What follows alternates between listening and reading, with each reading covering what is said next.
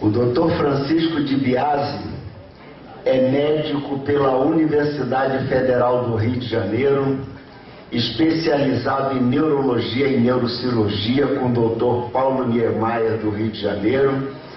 Ele é pós-graduado em neurocirurgia pela PUC-Rio, é o único Grand PhD da América do Sul, título concedido pela World Information Distributed University da Bélgica, desculpe o inglês,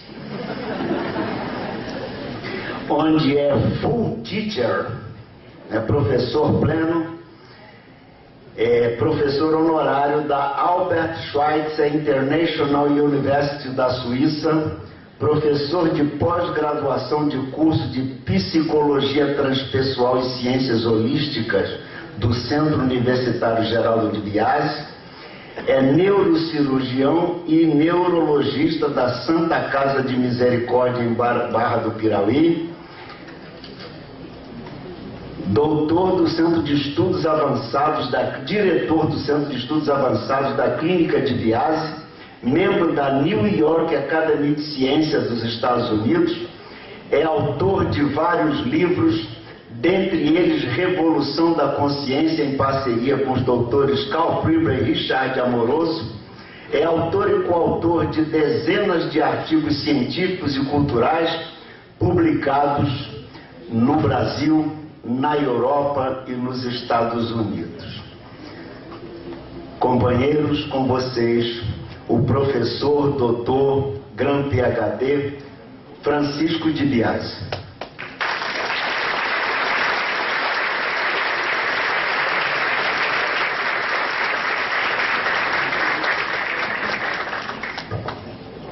Alô? Bom dia a todos. Desculpe, eu não gosto de falar muito não, porque eu tenho uma certa hiperatividade psicomotora. Eu gosto de ficar andando. Vocês me desculpem se vão ver eu andando para lá e para cá o tempo todo. Eu fico meio desligado andando.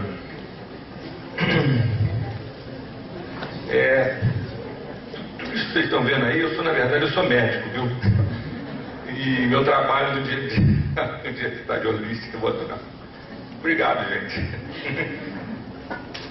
A Universidade Holística tem aqui em Itajubá. Dona Marilena está ali, a diretora, Maria da Fé, né? Aliás, isso é uma coisa interessante, porque a Universidade Holística é onde nos últimos 20, 30 anos, em vários lugares do mundo, esses assuntos, quando assim, proibidos, entre aspas, dentro das academias, das universidades oficiais, foram onde esses assuntos começaram a serem debatidos. Porque a verdade é que existem hoje milhares de trabalhos científicos das mais diversas áreas do conhecimento que mostram uma interação muito fecunda entre ciência e espiritualidade. Mas como o paradigma vigente dentro das academias, das instituições universitárias, é o paradigma materialístico, cartesiano, newtoniano, que a gente chama, né? Sempre se despreza esse monte de trabalhos, apesar de estarem publicados em revistas científicas importantes. Simplesmente não se fala nessas coisas, porque falar nisso tudo implicaria em se fazer uma mudança paradigmática.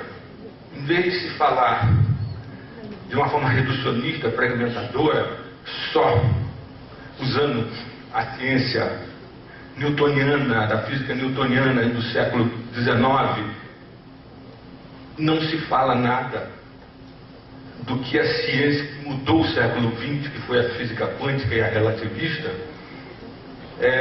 introduziu, mudou tecnologicamente tudo que nós somos, né? Hoje eu posso estar aqui falando, projetando com um computador, vocês estão usando celulares, no hospital nós temos ressonância, tomografia, tem satélites, transmitindo televisão para todo mundo, porque existe a física quântica. Então é importante se ter essa concepção para entender que toda a revolução tecnológica que nos deu tudo isso que a sociedade da informação está permitindo é um paradigma mais abrangente, é um paradigma holístico, no sentido de que é distribuído, porque além da ciência em si, é um paradigma que mostra uma interconexão de tudo no universo. Vocês vão ver, vou mostrar isso. E a definição desse novo paradigma holístico, que introduz a espiritualidade em todos esses debates, é de que ele é um paradigma que tem a ciência como base, porque sem a ciência a gente não pisa com o pé firme em lugar nenhum. O método científico permite a gente ter certeza do que está fazendo, né?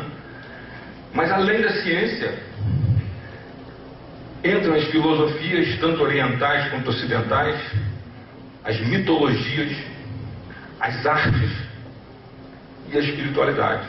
Isso dá uma abrangência muito maior, uma visão de mundo muito maior acerca de tudo, acerca do nosso posicionamento como pessoas, como homens e mulheres dentro desse universo, do que é esse universo, o que nós estamos fazendo aqui.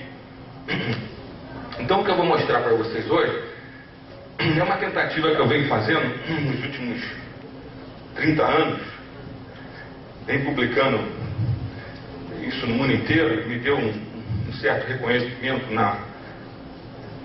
nos meios científicos mundiais, daí esses títulos aí, é que com esse conhecimento é possível integrarmos perfeitamente ciência e espiritualidade. A espiritualidade passa a ser entendida até cientificamente, vocês vão ver, sem que isso desmereça a espiritualidade.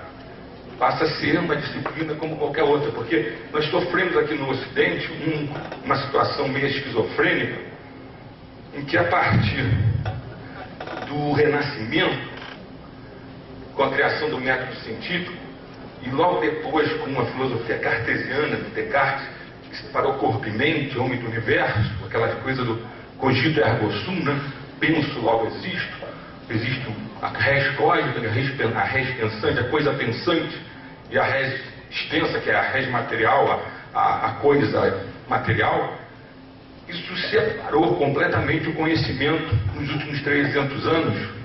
Teologia, religião, passou a ser uma coisa separada do resto dos conhecimentos. Surgiram as universidades e aí foram surgindo as ciências humanas e naturais, hoje tecnológicas, biológicas, etc. E até, por incrível que pareça, até mais da metade do século XX, que é mais ou menos os anos 70, essa separação não era discutida. Então o problema da consciência, no sentido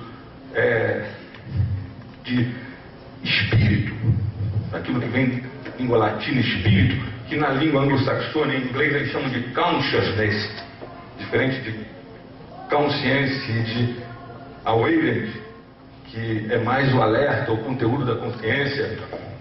Consciousness é mais ou menos o que a gente fala como espírito em língua latina. Aliás, tem que tomar cuidado com isso, que nos trabalhos sobre consciousness, sobre consciência nesse sentido mais amplo, quando são traduzidos para as línguas latinas, francês, espanhol, português, são traduzidos como consciência. E às vezes a pessoa confunde com essa consciência mais restrita do conteúdo da consciência mental. Bom, primeiro slide, por favor. Pode apagar essa luz aqui? Fica melhor a imagem. Bom, vim falar de ciência espiritual. Mostro uma imagem de duas galáxias se chocando. Você fala, ué, o que todo? É o seguinte, isso aí não é uma imagem desenhada, não. Isso é uma fotografia, o que mostra o avanço da nossa tecnologia. Isso é uma fotografia do telescópio Hubble, que está em órbita em volta do planeta. Alguém tem aquele point laser aí? O Franklin está aí, ele estava com um. Está aqui em cima? Púlpito. É uma caneta? Ok. Vocês estão vendo aqui uma galáxia maior e uma menor, e elas estão se chocando, emitindo um feixe imenso de energia, isso se chama de quasar. E é um dos maiores feixes energéticos conhecidos pela nossa ciência. É uma galáxia situada a bilhões de anos-luz de distância. Bilhões de anos-luz de distância é o tempo que a luz leva para chegar, correndo bilhões de anos a 300 mil por segundo. É uma distância imensurável. Pois bem, eu trago essa imagem mais para lembrar a gente o seguinte, para a gente discutir o problema da espiritualidade da ciência, dessa inter-relação, nós estamos discutindo basicamente a nossa posição dentro desse universo. Então é preciso que a gente tenha consciência plena para que isso possa funcionar e a cabeça da gente ir mudando de paradigma, que tudo que nós somos hoje já está aqui. Todos os nossos átomos e moléculas são constituídos por átomos que já existiam nessas galáxias. Quando o universo evolui, gera as galáxias, forma as estrelas, cada pontinho desse é uma estrela. Algumas dessas estrelas envelhecem, viram o que se chama supernova e explodem. No interior dessas fornalhas nucleares, que são as estrelas, que funcionam como se estivesse explodindo milhões de bombas atômicas a cada segundo, quando elas sofrem a transformação, principalmente do hidrogênio por o hélio, que é o segundo elemento da tabela periódica, né? O hidrogênio é a substância mais comum no universo. A transformação nuclear disso gera energia. Mas essa transformação continua em outros elementos, terceiro, quarto, quinto da tabela periódica, e se forma dentro dessas estrelas carbono. Quando elas explodem como supernovas, esse carbono espalha no universo. Em alguns locais privilegiados, aconteceu aqui em volta dessa estrelinha que é o Sol, numa distância que nós estamos do planeta Terra, em volta desse Sol. E esse carbono permite o aparecimento de moléculas mais complexas que levam ao surgimento da vida. Moléculas de DNA, de proteínas, que são a base de todas as formas de vida que nós conhecemos. Então nós somos seres, unidades de carbono. Sem carbono no universo nós não existiríamos.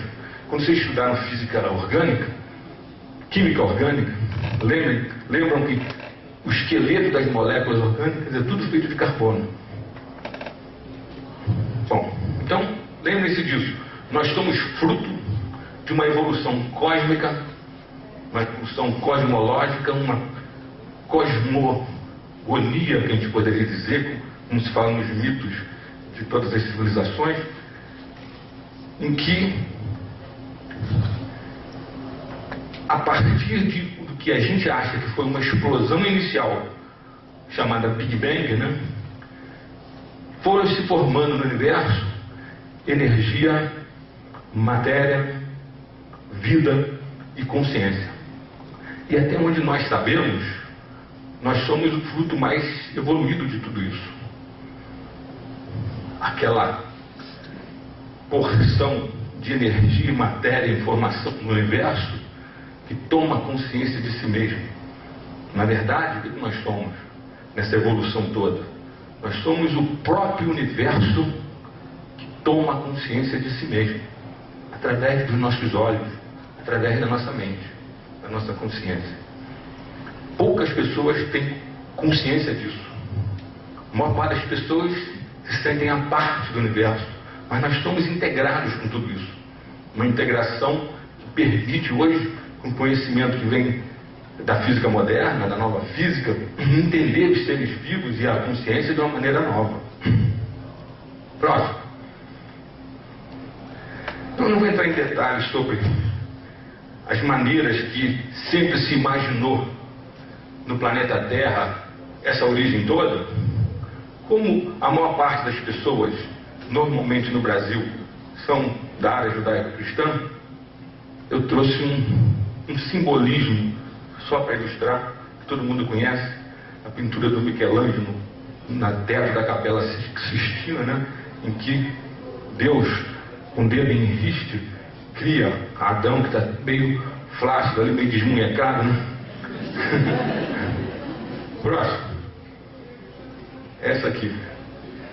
Então vocês veem a criação do homem como sendo uma obra por uma interferência direta de Deus. Interessante você ver que Deus, sempre na tradição cristã, costuma ser representado por uma pessoa barbuda, um homem barbudo, às vezes sentado até num trono. Só que o Michelangelo colocou ele aqui dentro de uma estrutura. Um neurologista americano, nos anos 90, num artigo publicado no JAMA, que é o Journal da American Medical Association, uma das melhores revistas científicas do mundo, mostrou que isso aqui é um cérebro, simbolizando que Deus estaria na mente do homem. E mais ainda, se vocês olharem ali, vocês vão ver que Deus envolve um braço envolve uma mulher que é a Eva, que já estava na mente dele quando ele criou Deus. Aliás, o Michelangelo desenhou ela ali meio apavorada, como se fosse: o que vocês estão arranjando para mim?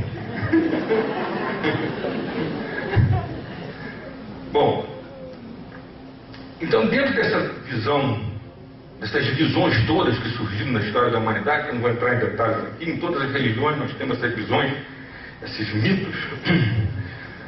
Ainda na nossa tradição judaico-cristã, espiritual, se nós nos reportarmos ao começo do Evangelho de São João, nós vamos ver que está escrito lá: no começo era o Verbo, e o Verbo estava com Deus e era Deus. Por que Verbo? Um V maiúsculo. Pensem bem, isso foi escrito numa época pré-científica, em que a gente não falava muito em comunicação.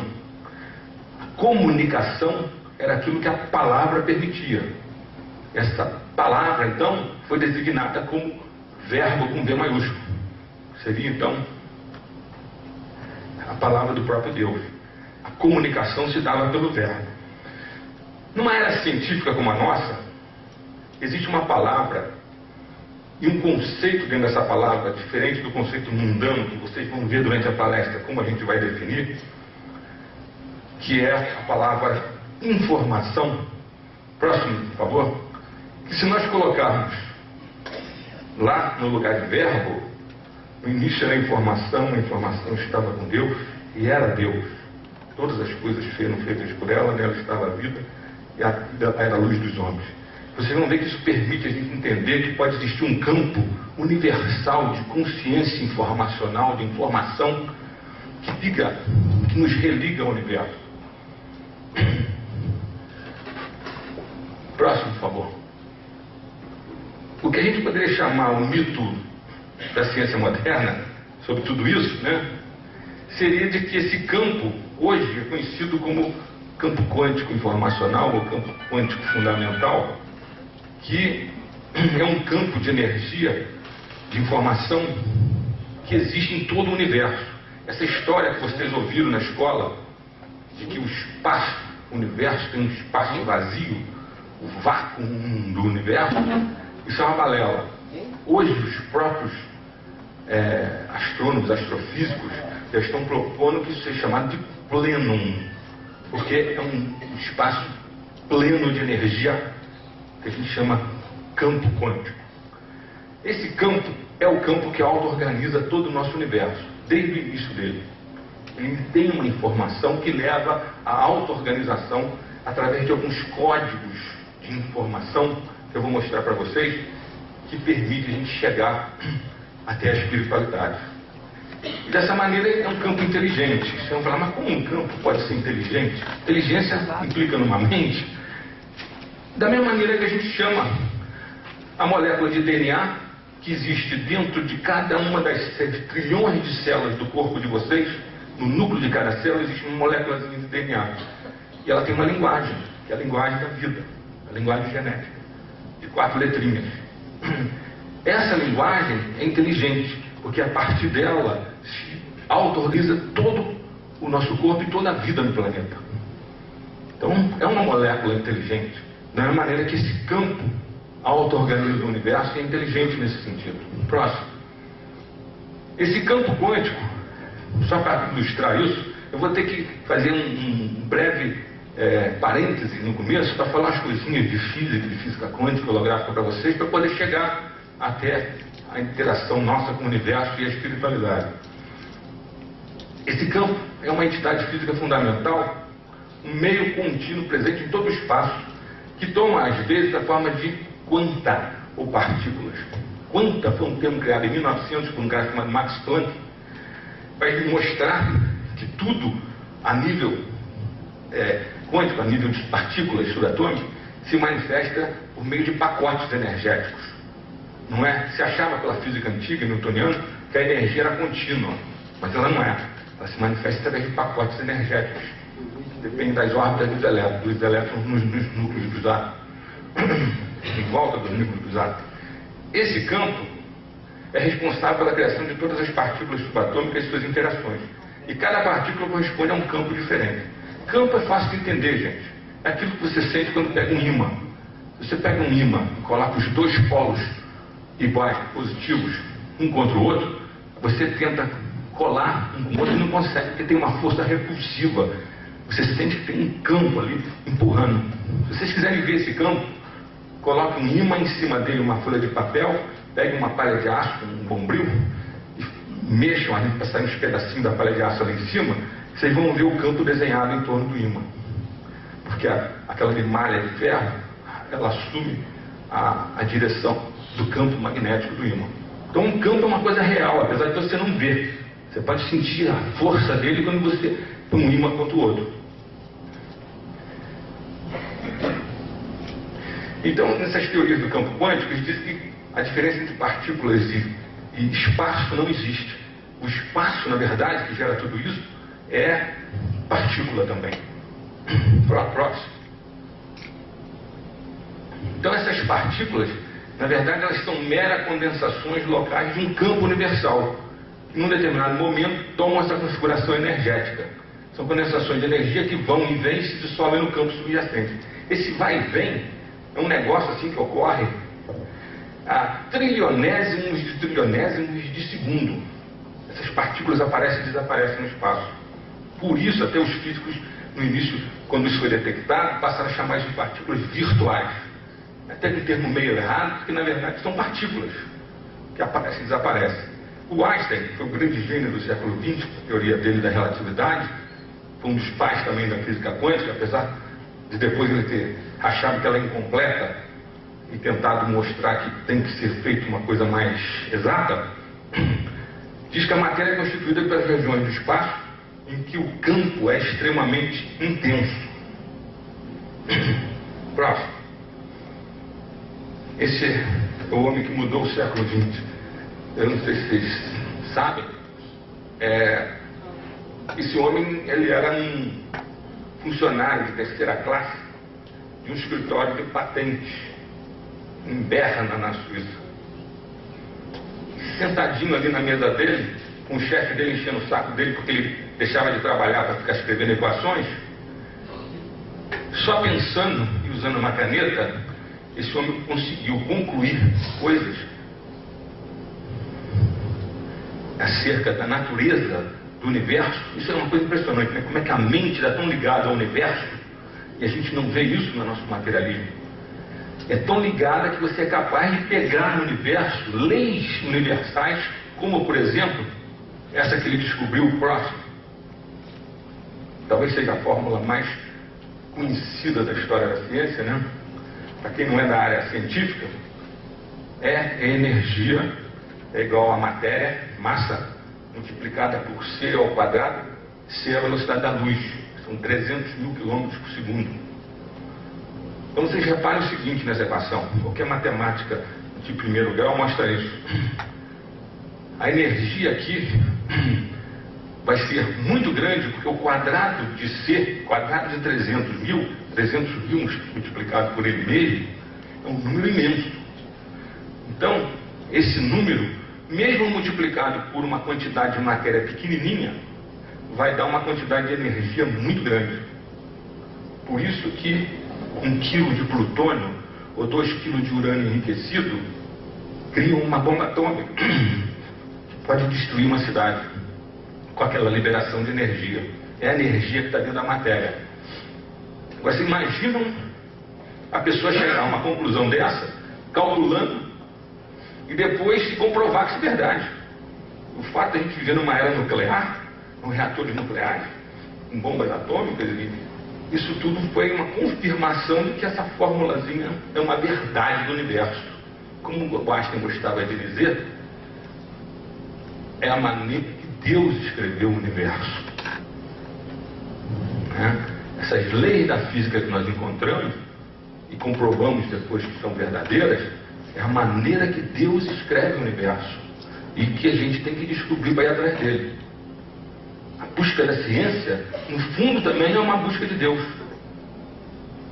uma busca de sentido para tudo isso. Próximo. Outra consequência da teoria do Einstein é de que o espaço se curva na presença de matéria. Isso aqui seria uma estrela, um Sol, curvando o espaço, e aqui o planeta giraria em volta dessa estrela, não porque tem uma atração, como diz a física clássica que vocês estudaram no secundário, a física newtoniana, aquele negócio de matéria atrai matéria, na razão direta das massas, na razão inversa do quadrado da distância. Isso aí é verídico para pequenos espaços, pequenas distâncias, mas no universo inteiro o que acontece é curvaturas da geometria do espaço. Próximo. O primeiro cara que deu origem a uma mudança no pensamento newtoniano, e ele diz que isso foi até um pouco a contragosto, dizia, né? Foi esse Max Planck. Ele é um troço surpreendente que o início da teoria quântica, foi o cara que descreveu a teoria quântica, pode ser determinado com uma surpreendente precisão. O início da tarde de domingo, 7 de outubro de 1900, quando o Max Planck, da Universidade de Berlim, tentava compreender como a energia radiante emitida por objetos quentes variava com a temperatura. Vejam bem, gente, 7 de outubro de 1900, na tarde de domingo. Você vê o que é a preocupação de uma pessoa em querer realmente descobrir as leis de Deus que estão na natureza.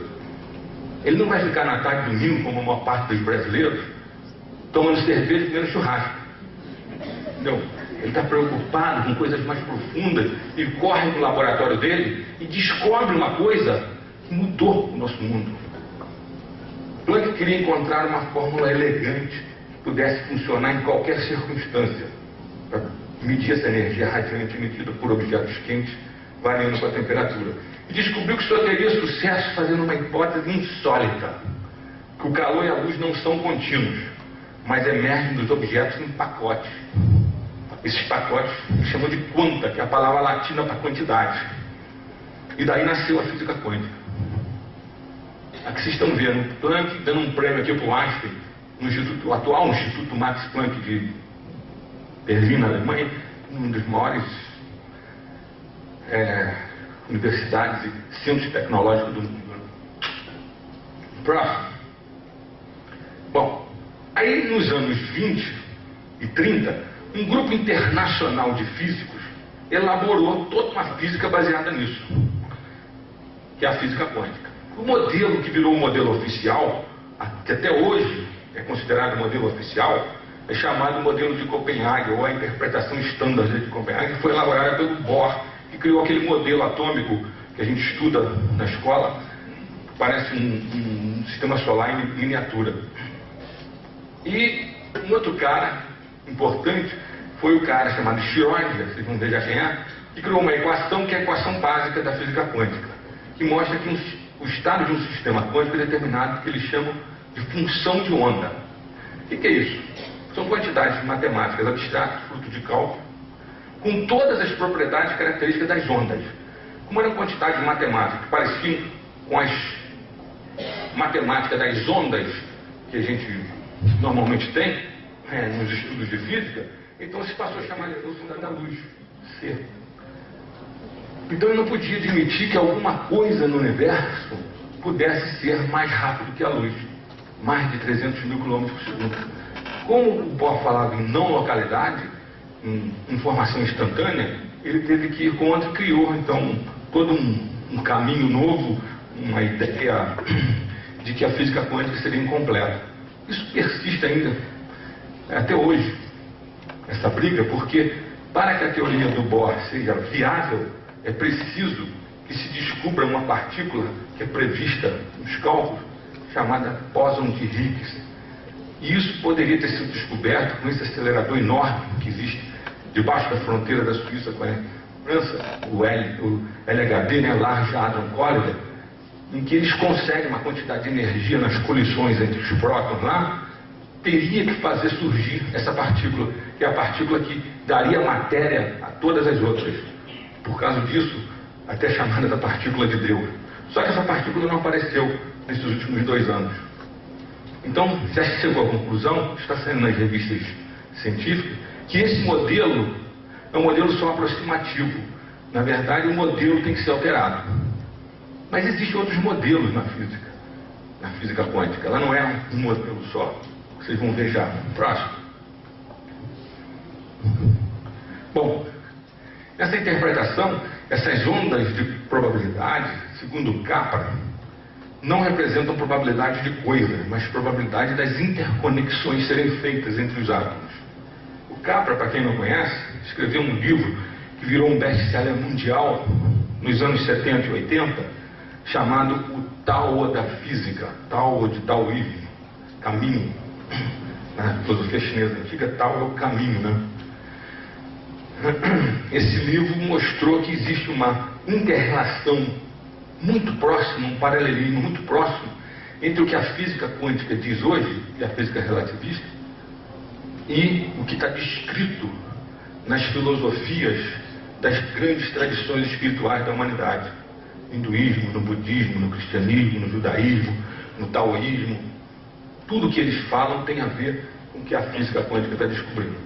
Se vocês puderem ler, um livro não matemático, maravilhoso, que até hoje está sendo vendido. O Tao da Física. Acho que no Brasil é da editora Pensamento, ou da Cultrix, que é junto. Próximo. Bom, isso é importante de falar. Nessa interpretação existe um fenômeno que os físicos não conseguem explicar até hoje.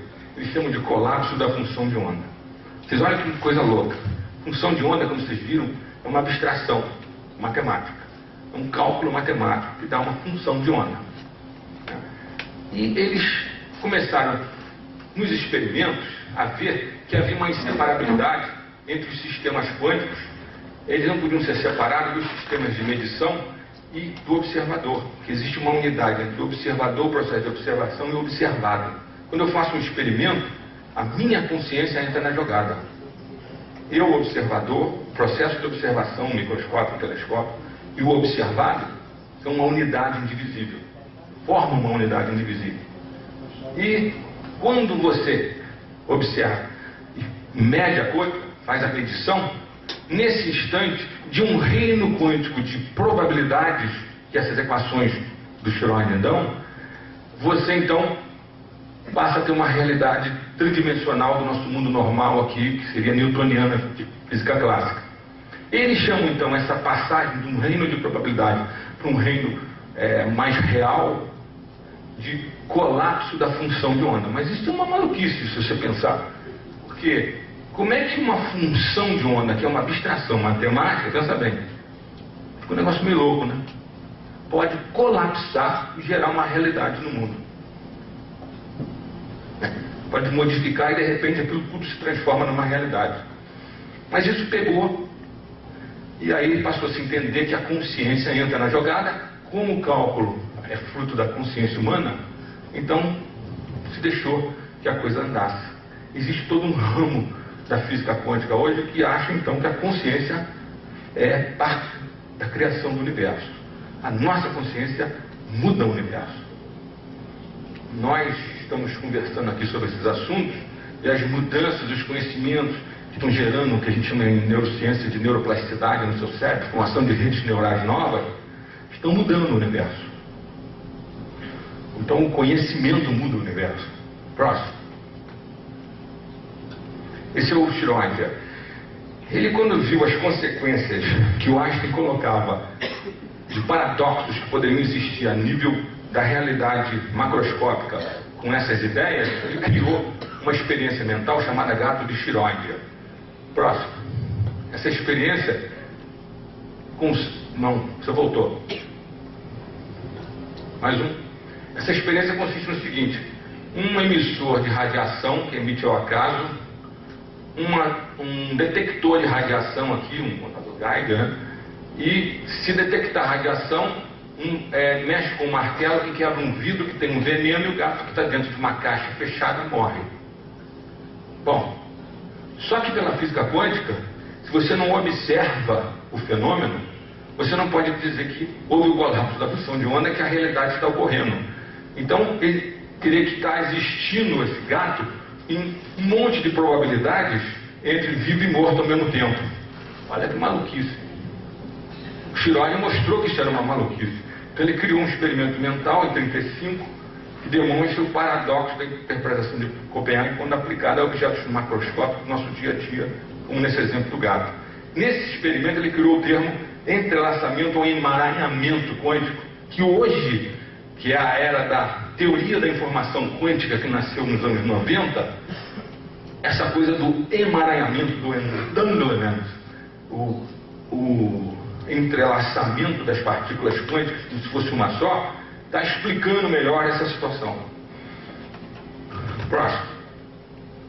Um outro modelo que é muito importante, que surgiu nos anos 70, aliás, começou a surgir nos anos 50 e foi desenvolvido nos anos 60 e 70 por um sujeito chamado David Bohm, foi quando esse cara aplicou as equações da física holográfica àquela equação do Schrödinger, mostrando que era muito mais fácil de você interpretar a equação e que você passava a ter uma física determinística, porque a física clássica, quântica, ela é indeterminística, ela é probabilística.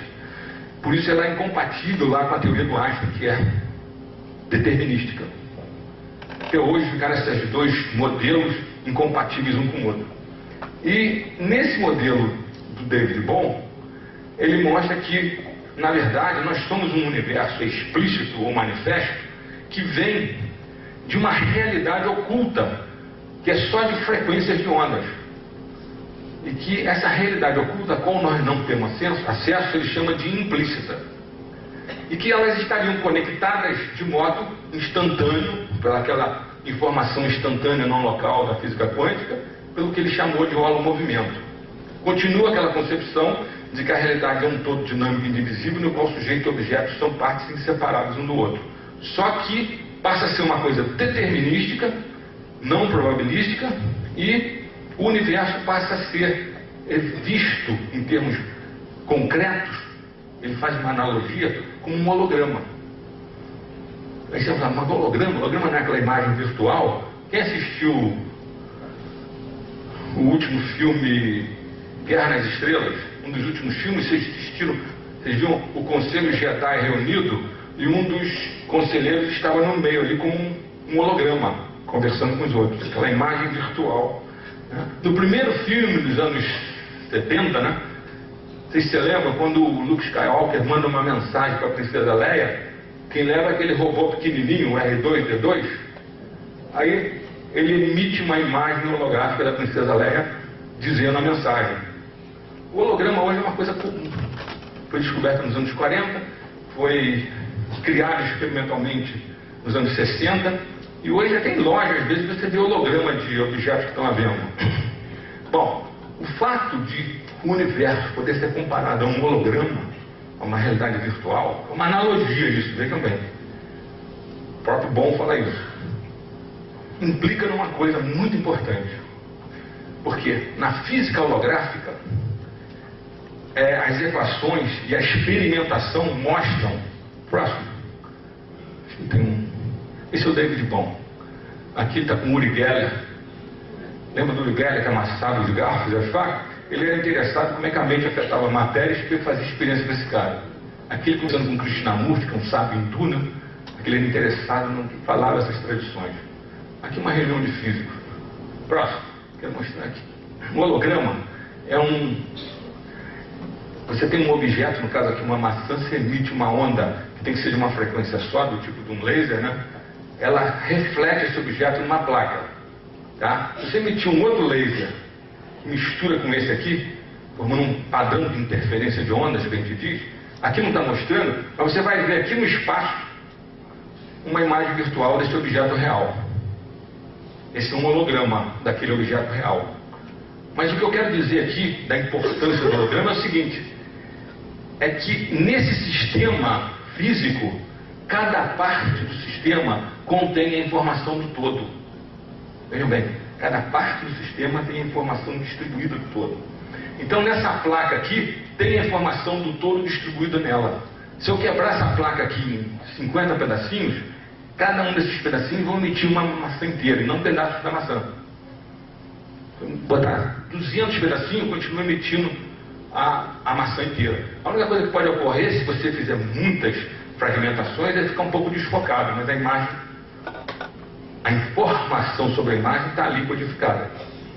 Se o universo é assim, é um holograma, e como diz o David Bohm, que cada parte contém a informação do todo, o que nós estamos falando com isso, gente?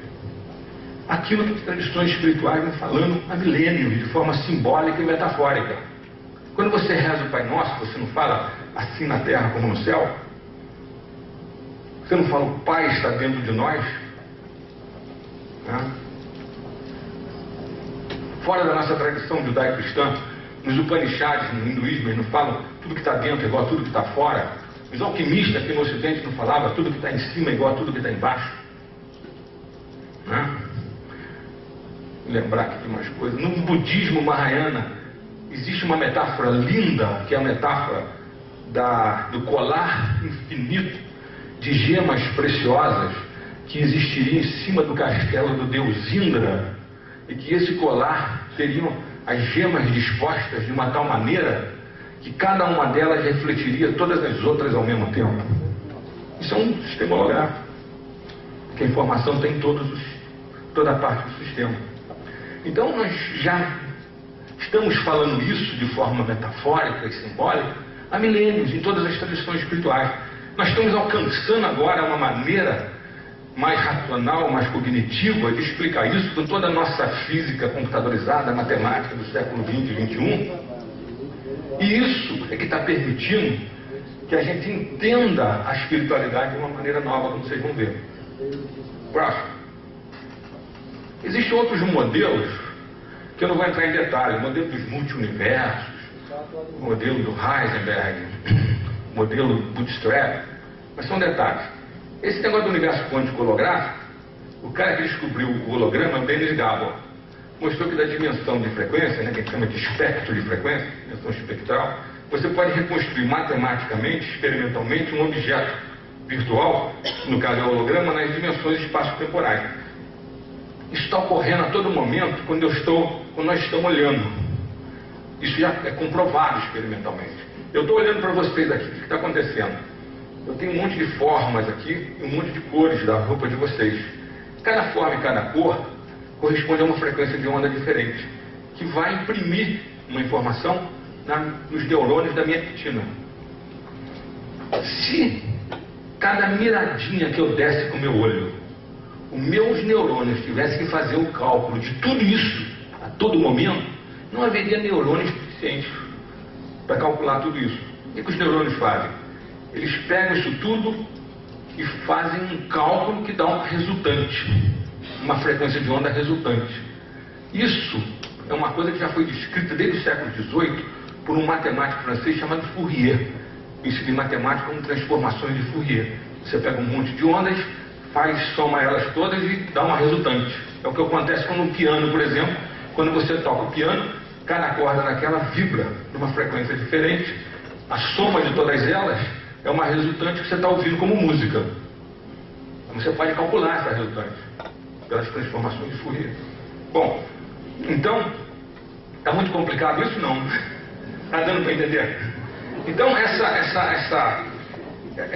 ondas todas que entram aqui na minha retina, meu neurônio faz um cálculo e dá uma resultante. Essa resultante é que vai entrar pelo meu nervo óptico como um pulso digital e vai lá na região occipital, que é a área de visão do cérebro, onde vai ser integrado com outras informações. Então, eu a todo momento estou atuando com essa matemática que permite o cálculo das frequências que vêm dessa área toda de espaço e tempo que vocês estão, serem transformadas numa resultante, que é um mundo de frequências que entra lá para dentro de mim. Isso você calcula pelas transformações de Fourier. O que o Gabor fez foi mostrar que o cálculo inverso é possível. Dessa resultante eu posso calcular de novo tudo que está no espaço-tempo. Só que quando eu faço isso experimentalmente, eu crio uma imagem virtual, que é o holograma. Uma imagem igualzinha de vocês todos no espaço. Só que é virtual. Posso passar a mão por dentro dela. Entendeu? Então o holograma permite isso. E se o universo é holográfico, como o David Bohm mostrou que ele já morreu, realmente a informação do todo está em cada parte. Se eu sou uma pessoa que tem uma consciência sobre esse universo, eu tenho a consciência da informação do todo o universo. Como que a gente pode chegar a essa informação total? É o que a espiritualidade vai mostrar. Vou chegar nisso no final. Aqui, detalhe. Próximo. Bom, então, para terminar essa introdução de física quântica, Brain Core, cérebro e core. Isso aqui é a capa de uma revista que saiu agora. Eu venho publicando muitos trabalhos sobre esse assunto. Essa revista Brain Core saiu, uma revista eletrônica, que sai só na internet. Saiu agora e eles entraram em contato comigo que queriam colocar no primeiro número um trabalho sobre a minha teoria da consciência, uma teoria holoinformacional da consciência. Porque permite a conexão com o universo. E aí eu peguei a capa deles lá para fazer esse slide. Unidade de todas as coisas, isso é uma consequência da não localidade, da informação instantânea. Tudo no universo está conectado, instantaneamente. Então a natureza se apresenta como uma vasta e complexa rede de inter-relações entre as várias partes do todo, e essas inter-relações sempre incluem o observador de modo essencial. Não há separação entre eu, observador, e o universo. Nós somos parte desse universo inseparável. E o que você faz com a sua consciência muda o universo. Próximo. As partículas subatômicas não têm significado como entidades isoladas, mas somente podem ser entendidas como interconexões entre esses eventos energéticos e informacionais do universo. Nada está isolado. Próximo. Acelerar esse. A teoria quântica revela uma unidade básica e indivisível do universo, ao demonstrar que não é possível decompor o cosmos em pequenas unidades com existência independente. Tudo está interconectado. Nós somos interconectados com tudo isso. Nós temos mania de achar que existe um limite da nossa pele. Um psicólogo de Harvard, que introduziu o Zen budismo no Ocidente, de uma forma mais intensa, é que falava isso, que a gente acha que é separado pela nossa pele do universo. O Alan Watts, que o cara chama. Na verdade, nós não temos essa separação. Isso é uma fantasia nossa. O Pierre Weill chamava isso de fantasia da separatividade. Como se você fosse separado do universo. Não é. Basta você ver todos os ciclos biogeoquímicos de inter-relação dos seres vivos com o planeta, a ecologia toda, que mostra que só a sobrevivência da vida interagindo continuamente com tudo no planeta. E nós somos parte dessa vida. Próximo. Então nós não podemos nunca falar acerca da natureza sem ao mesmo tempo falar da gente. Estamos conectados, antenados com o universo. Próximo. Uma outra coisa que eu quero introduzir para vocês rapidamente é informação no sentido novo. Informação, a primeira pessoa que pensou nisso mais seriamente foi esse Norbert Wiener, que o cara que criou a ciência da cibernética nos anos 49. E ele percebia que as trocas de informação, as trocas que o pessoal achava que era de energia entre os vários níveis hierárquicos das máquinas artificiais e dos seres vivos, na verdade não era energia que estava sendo trocada, era informação. Então ele não tinha como definir essa informação de uma forma melhor, naquela época não havia conhecimento para isso, então disse que não era matéria nem energia, informação é informação, não é matéria nem energia. E vocês vão ver no decorrer dessa palestra que hoje, na física, existe toda uma evolução, devido à teoria da informação quântica, de se considerar a informação de uma maneira nova como uma coisa básica no universo, tão básica como energia, matéria, espaço, tempo. Próximo. Tentar explicar esse negócio da informação. A noção de informação tem uma certa ambiguidade. Por quê? Porque pode ter dois significados. Ou você mede a capacidade em bits de um sistema, ou você pode medir o significado pelos bits. Bits é a unidade de informação. Se eu pego meu celular, estou falando aqui com o Gilson, eu e ele estamos trocando bits de informação. O que eu falo aqui é decodificado, de fala é transformado em pulso digital, depois em onda eletromagnética, vai lá na central, depois há uma decodificação para a voz de novo, e você ouve o que eu estou falando. Pelos cálculos clássicos desse Shannon, que foi um engenheiro que criou a teoria da informação clássica, pode-se calcular quantos bits de informação nós trocamos. Vocês falaram 2 minutos, tocaram tantos bits de informação, tantas unidades de informação. Só que essa teoria e essa equação não fala nada sobre o conteúdo do que nós falamos, que é o mais importante. Esse conteúdo, na fórmula clássica, é a incerteza sobre o sistema. Tá? Isso, então, quando se começou a estudar o problema da informação quântica, gerou um problema sério. Então, eu comecei a ver nos meus estudos de consciência que eu queria que a consciência fosse não local, que essa teoria clássica da informação, que é dependente da capacidade em bits, ela é incapaz de fornecer uma conexão adequada com o conceito de informação não local da teoria quântica. E também com a consciência, depende dessa não localidade. Então nós precisamos de uma visão mais radical da informação para elaborar uma visão mais radical da natureza da consciência. Qual é essa visão? Próximo. Bom, a primeira coisa é entender o tal do paradoxo Einstein-Podolsky-Rosen, que é um trabalho que o Einstein fez com esses dois auxiliares, que ficou conhecido como paradoxo EPR, que é aquele negócio de que a física quântica deveria ser incompleta por não ser determinística. Mas isso depois evoluiu e o David Bohm conseguiu criar uma física quântica determinística, que é holográfica. Então esse paradoxo foi superado. Próximo. Nessa visão informacional quântica do universo, o observador é incluído como parte do sistema e o universo quântico muda porque a mente desencadeia uma transferência de informação a nível subatômico. Eu estou analisando um sistema, eu sou um cientista e estou analisando um sistema, isso aqui. Aí eu começo a estudar isso aqui, eu não conheço nada, tenho zero de informação sobre isso na minha cabeça.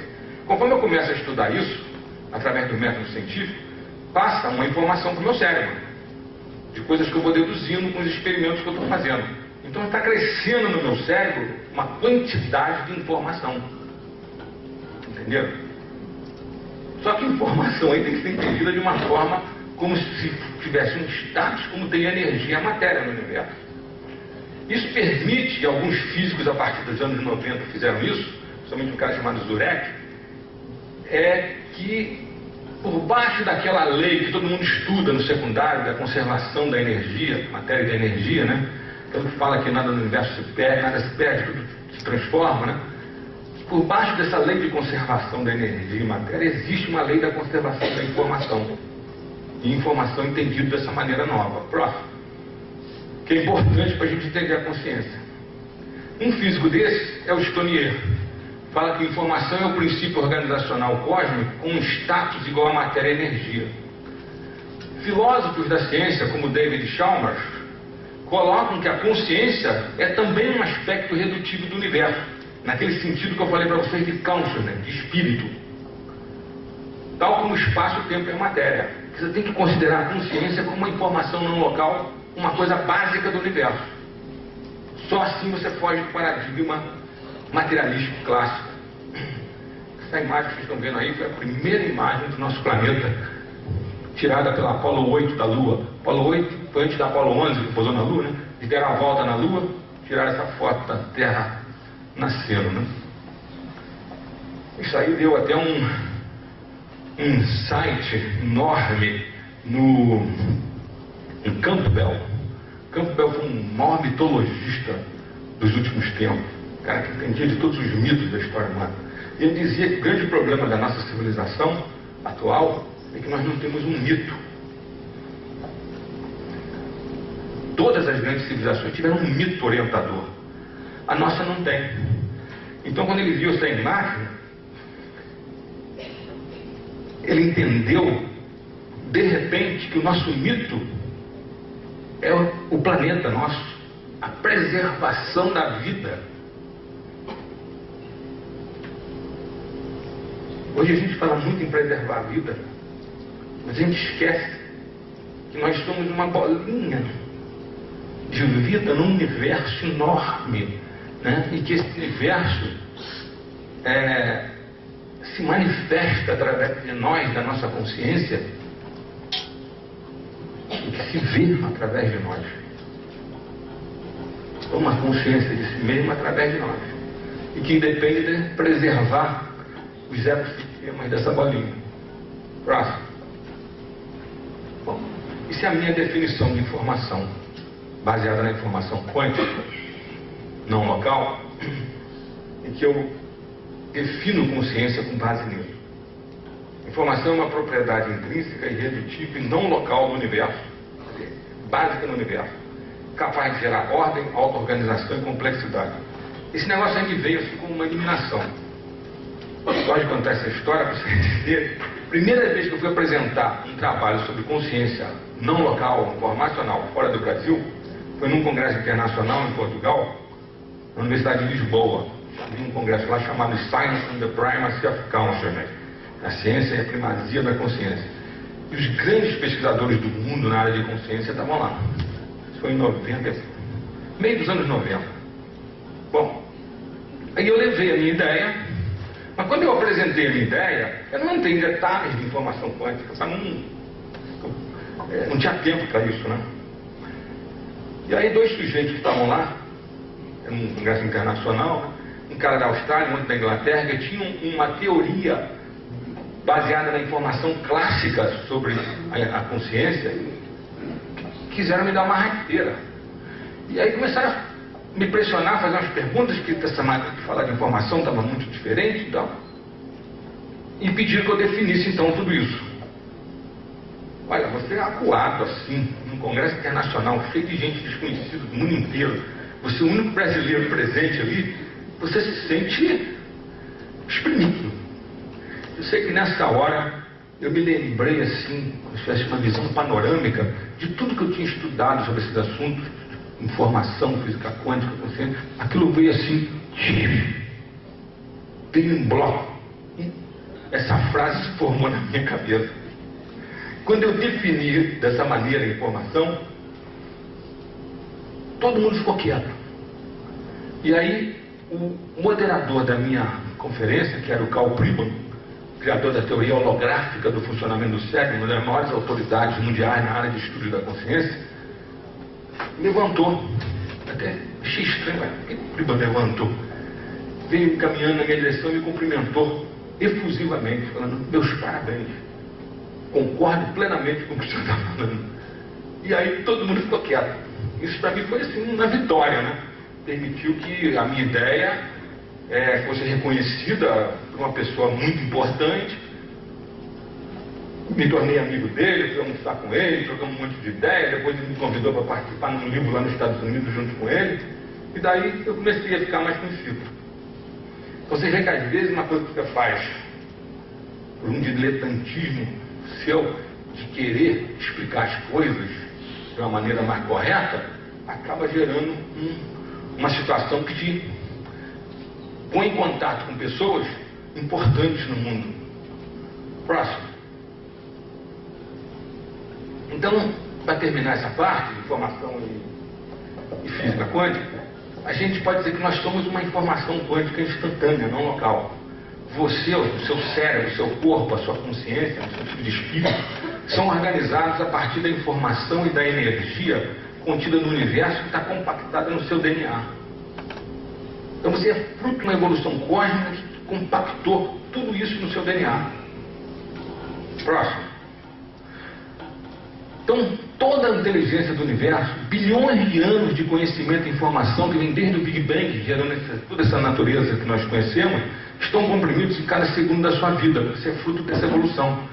O ato mais criativo que você pode executar é o ato de criar, de desenvolver a si mesmo. Criar a si mesmo. Quer dizer, gerar coisas novas para levar esse universo para frente. Isso é o ato mais criativo que a gente pode ter. Próximo.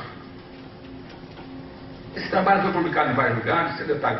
Aqui a primeira publicação na World Features, que é na Europa, em 99, e junto até com um colega, que é psicólogo transpessoal lá na minha clínica. Próximo. Depois saiu no Noetic Journal, também em 99, nos Estados Unidos. Próximo. O livro que eu falei que surgiu lá da conferência lá em Portugal, junto com o Pribam, foi organizado por um amoroso, junto com esses aqui, que eram uns portugueses, da cadeira de Psicologia Transpessoal da Faculdade de Psicologia da Universidade de Lisboa. Ciência e o Primário da Consciência. Eu traduzi esse livro e consegui que a editora Vozes editasse aqui no Brasil. Uma parte do livro, porque o livro é grande, tem 30 capítulos. Eu consegui, peguei os 13 mais importantes capítulos de pessoas que definem assim, o estudo da consciência hoje em dia, e consegui que a editora Vozes editasse com o nome de Revolução da Consciência. Eu mudei o nome porque Ciência é o Primário da Consciência é um livro que não venderia no Brasil. Então eu mudei o nome de Revolução da Consciência. Esse livro já está na 3ª edição. Se alguém se interessar por esses estudos de diversas áreas do conhecimento sendo debatidas do que é a consciência, eu indico esse meu livro. Próximo. Importante. Esse sujeito aqui que eu não conheço, eu tenho um alerta no Google. Você pode deixar uns alertas no Google sobre determinadas palavras ou ideias que você queira receber sempre. E eu deixo sobre o meu nome e a palavra holoinformação, holoinformation, que é uma palavra que eu criei. Uma informação total, que implica a informação local, newtoniana, clássica, e a informação não local juntas. Quando eu coloquei isso no Google, começou a aparecer só nos meus trabalhos na Europa, nos Estados Unidos, aqui no Brasil. E de uns anos para cá, começou a aparecer em outros trabalhos, pessoas me citando. E recentemente, esse cara lá de Israel criou uma teoria de tudo, que eles chamam hoje uma teoria universal, física. Ele é um físico, e ele me cita 5 vezes essa minha ideia de holoinformação. Próximo. Esse é um trabalho mais recente, de 2009. Foi publicado numa revista chamada Quantum Biosystems. Quantum Biosystems. Só estudos da vida dos sistemas biológicos com base na física quântica. Esse meu modelo, mas já bem depurado, que eu fiz, modelo holoinformacional dessas coisas. Próximo. Bom, aí nós vamos entrar então em como analisar a neurociência com a física quântica. Uma coisa que sempre me deixou intrigada é que a gente estudava neurociência, estudei nos anos 70, eu tenho 63 anos, e ninguém falava nessa ciência moderna da física quântica, da física relativista, que mudou o século XX. A gente só estudava a física, a neurociência com base na física antiga, newtoniana, do século XIX. Isso me intrigava. Até que eu achei um cara chamado Sir John Eccles, virou Sir porque ele ganhou o Prêmio Nobel de Medicina. Foi o primeiro cara a aplicar as ideias da física quântica nesse trabalho aqui, publicado em 86. Os eventos mentais causam eventos neurais de forma análoga aos campos de probabilidade da física, da mecânica quântica. Eu estou nos Proceedings da Royal Society de Londres, em 86. E aí ele mostra que existiriam no cérebro conjuntos de dendritos, que são prolongamentos dos neurônios, das células nervosas, os prolongamentos menores, que formariam redes e se comunicariam com o que ele chamou de psíquons, que seria o lado espiritual da coisa. Isso gerou um debate enorme nos meios científicos, e ele foi até colocado no meio de lado por causa disso, por falar em espiritualidade, numa época em que ninguém falava disso.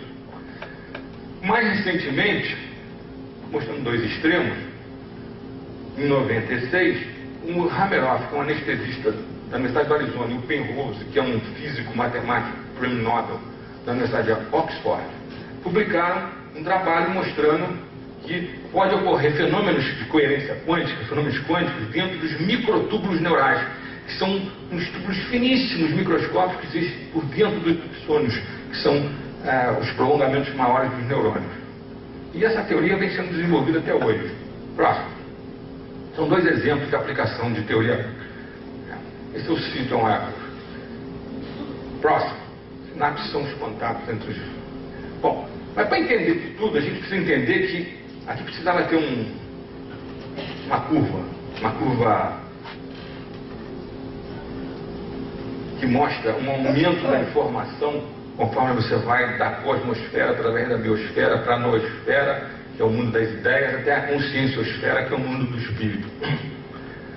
Uma curva daquelas que vão formando um joelho e de repente a quantidade de informação aumenta muito. Próximo. Existe uma maneira, um código cósmico, que a evolução cósmica utiliza para poder fazer aparecer no espaço-tempo os códigos informacionais quântico-holográficos, com base naquela teoria quântica do David Bohm, que auto-organizam os padrões básicos do universo. Próximo. Estamos chegando lá.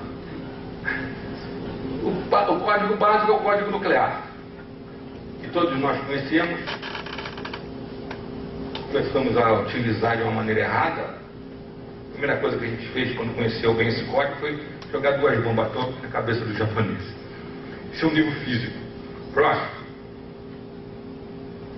O nível seguinte, o patamar seguinte de complexificação do universo é a biosfera, baseada num outro tipo de código informacional, que é o código genético, que auto-organiza a vida. Aí a informação está armazenada na molécula de DNA. É o nível biológico e biosocial. Próximo. O próximo nível é o código neural, da noosfera, do mundo das ideias. A auto-organização do sistema nervoso. A informação está armazenada nas redes neurais. É o nível neuropsicológico e sociocultural. É a evolução cósmica. Próximo. Esse daí se subdivide. Nós estamos justamente entrando nessa fase agora da nossa civilização, numa tecnosfera em que geramos códigos de inteligência artificial. Esses códigos de inteligência artificial auto-organizam a nossa técnico-sociedade. E a informação está armazenada em hardware, software e na internet. É o mundo de hoje nosso. É o nível técnico-social. Próximo. Que junto com a evolução biotecnológica vai nos transformar provavelmente em cyborgs, organismos cibernéticos. Já está começando. Nós estamos nos enchendo de próteses, de chips para estimular o cérebro. Já estamos começando a fazer isso. Em mais uns 40, 50 anos, vai ser difícil diferenciar a gente de máquinas artificiais. Nós vamos evoluir para uma era em que os padrões de matéria e energia no universo vão se tornar saturados com processos inteligentes e de conhecimento. Próximo. Até que nós então chegamos na conscienciosfera, que baseada nesse código quântico holográfico do universo e da mente, que também tem um funcionamento quântico holográfico, que foi desenvolvido pelo Dr. Carl Prima, auto-organiza de forma local, com informação comum newtoniana, e de forma não local, com informação quântica não local, uma consciência universal da qual nós somos parte. Nós, ligados dessa maneira quântico-holográfica com o universo, o que nós estamos fazendo? Nós estamos nos reintegrando, religando. A palavra religião vem disso, vem de religare, do latim religare. Quando nós entendemos cientificamente que nós temos uma consciência que através de auto-organização de sistemas físicos, quântico-holográficos, locais e não locais, nos religa instantaneamente com a nossa fonte, que é esse universo, da onde nós nos originamos, nós estamos falando em quê? No nível espiritual. O nível espiritual é o que te reconecta à sua fonte. E a nossa ciência hoje está nos reconectando com a nossa fonte. Então, nós chegamos a um ponto em que estamos explicando a espiritualidade de uma forma nova. Isso não tira o mérito de tudo que a gente sempre colocou dentro das nossas tradições espirituais. Só que a gente passa a entender isso de uma forma mais racional. Entendeu? É como diz o Ken Wilber, filósofo, pai da psicologia transpessoal americano, nós estamos numa era em que nós, se perguntarmos a um cientista, você acredita em Deus? ele provavelmente vai responder: claro, eu sou um cientista. E que esta dicotomia que vem desde o Renascimento, que separou de forma esquizofrênica religião e espiritualidade no nosso mundo, vai acabar. E a espiritualidade vai passar a ser parte dos próprios experimentos da ciência natural. Isso hoje está acontecendo. Vocês hoje, se vocês procurarem sobre estudos de oração, de meditação, de visualização, vocês vão encontrar milhares de trabalhos nas revistas científicas em que você está usando as máquinas modernas de ressonância funcional, mapeamento cerebral, tomografia com emissão de pósito, para ver o cérebro funcionando quando a pessoa está em oração profunda ou quando ela está meditando. E isso está permitindo a gente interpretar esses fenômenos, então, de uma forma nova. Tá? Eu tinha mais coisa para falar, mas eu acho que o tempo já acabou, né? Deixa eu só terminar então. Essa concepção de que existe um nível espiritual que conecta você com o universo e pode ser explicado através de uma visão nova da consciência, eu ia mostrar em seguida para vocês agora, seria como essa visão da consciência pode ser entendida do funcionamento que a gente entende hoje quântico holográfico do cérebro. 10 minutos. Tem um intervalo agora? 5, tá bom. Vamos lá, próximo. Eu vou passar. Próximo. Esse é o Carl Pribram, da teoria holográfica do cérebro. Próximo. Eu escrevi um livro com ele que está aí fora, chama-se Fronteiras da Consciência. Se alguém se interessar. Ele mostra que nas redes neurais existe uma informação holográfica, que ele chama de holograma neural multiplex, que depende de neurônios de circuitos locais, circuitos pequenos, que não têm fibras longas, que são os axônios. E os prolongamentos desses neurônios, são chamados teledrendon, não transmitem impulsos nervosos comuns, são ondulatórios. Funcionam num modo de frequência de ondas. Essas conexões que são horizontais na córtex cerebral permite você então criar padrões de interferência holograficoides. Você pode criar hologramas e isso mostra que a consciência pode funcionar de forma holográfica no teu cérebro. Próximo. Para quem não conhece, isso aqui é uma sinapse. O pulso nervoso vem, nessas vesículas tem neurotransmissores, que são substâncias químicas que são jogadas numa fenda chamada fenda sináptica, e esses neurotransmissores estimulam a célula seguinte. Próximo. Então o Pribram mostrou que existe um processo holográfico de tratamento da informação que funciona como as vibrações das cordas do piano. Aquele exemplo do piano que eu falei para vocês, vou repetir aqui. Próximo. É o seguinte, vou resumir isso que está aí. Eu toco um piano, 8 teclas, 8 martelos batem em 8 cordas, cada uma com um tamanho diferente. As 8 cordas vibrando com frequências diferentes sonoras se misturam e geram uma harmonia, que é o que eu estou ouvindo como música. Concorda? Isso pode ser até calculado pelas transformações de Fourier. Agora, entenda o seguinte, essa música não está no piano. Ela está no campo ressonante dessas frequências de onda em volta do piano. Pribram demonstrou que a mesma coisa ocorre no cérebro. Os campos eletromagnéticos em volta do cérebro geram padrões de interferência de ondas igual um piano. E a informação toda não está no neurônio no cérebro, está em torno do cérebro. E como essas interações são quântico-holográficas, entra em jogo aí a não localidade, a informação instantânea que conecta tudo no universo. Então, isso tudo está conectando a minha mente instantaneamente com todo o universo, com todas as outras consciências. Próximo. Então, assim como a música não está no piano, mas no campo ressonante que o rodeia, as nossas memórias e a nossa consciência não estão no cérebro, mas no campo de informação quântico-holográfica que rodeia a gente, que é todo o universo.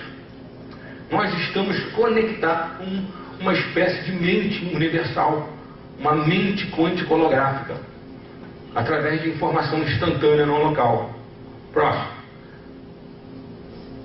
Então nós somos todo o universo. Só que devia estar grande, não sei o que aconteceu. Próximo. Isso pode pular. Próximo, isso é matemática. Próximo. Próximo. Quero mostrar uma coisa. Bom, existe uma dinâmica quântica no cérebro dos microtúbulos, que eu não vou entrar em detalhes então. Próximo. Vou passando aqui, quero mostrar uma coisa no final. Próximo. Próximo são microtúbulos. Próximo. Microtúbulos se desintegrando na doença de Alzheimer, e gera esses emaranhamentos de proteína chamada tau, que destrói os microtúbulos. Próximo. Esses caras, o Pribban, esse Yashu, Hameroff, esse cara aqui que é do departamento de física dessa universidade, desenvolveram uma teoria da consciência em que esses microtúbulos e os dendritos dos neurônios podem ser vistos como a internet do corpo humano. Não só o cérebro, mas todo o corpo, de uma forma instantânea de informação não local, que isso é chamado em biologia de superradiância, trocam informação, tudo entre si, todas as células entre si e todas as células com o universo. Próximo. Próximo. Se a gente juntar o Pribban com o Bohm, teoria quântica holográfica do cérebro com a teoria quântica holográfica do universo, nós fazemos o seguinte. Próximo. Você junta o Pribban, pega o Fourier, o Gabor do holograma, a ordem implícita do Bohm. Próximo.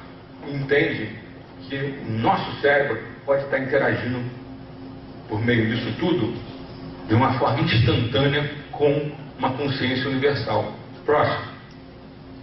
Então nós temos uma consciência que a gente chama não local, uma mente transpessoal, como se fala em psicologia transpessoal hoje, que transcende as fronteiras do cérebro, espaço-temporais, e ultrapassa os limites da localidade física clássica.